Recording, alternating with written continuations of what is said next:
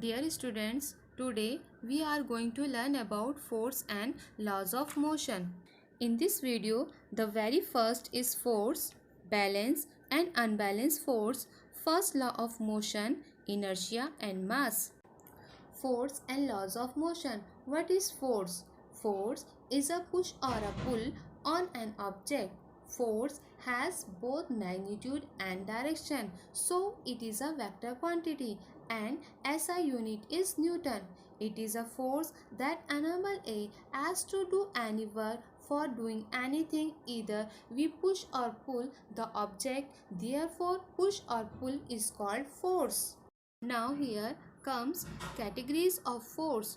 Force can be classified in two categories. The one is balanced and another is unbalanced. What is balanced force? So balanced force, if the resultant of all the force is zero, we call it is a balanced force. For example, in tug of war, if both the teams apply force of equal magnitude in opposite directions, rope does not move in either direction. Now next one is unbalanced force. If the resultant of all the force applied is greater than 0, we call it is a unbalanced force. For example, in tug of war, if one of the teams apply force of greater magnitude in opposite direction, rope will move in the direction where the force is applied is more.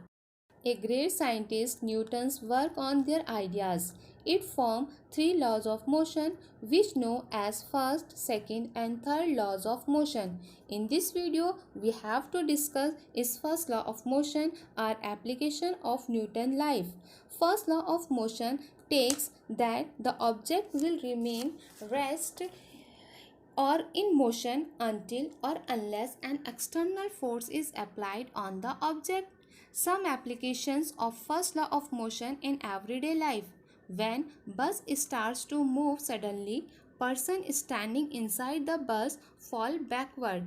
This happens because the person and the bus both are in rest initially. But as the bus starts moving, his legs start moving with the bus, but rest portion of his body has tendency to remain in rest. Hence, the person will fall backward if he is not attentive. So, inertia it is a property of an object by the virtue of age.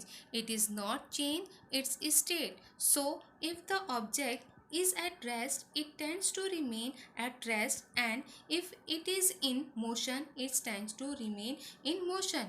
Inertia of an object is measured by its mass. That means it is directly proportional to mass. So we can say a heavy object would have more inertia than a lighter object. Hence it will be more difficult to push a heavy object than a lighter one.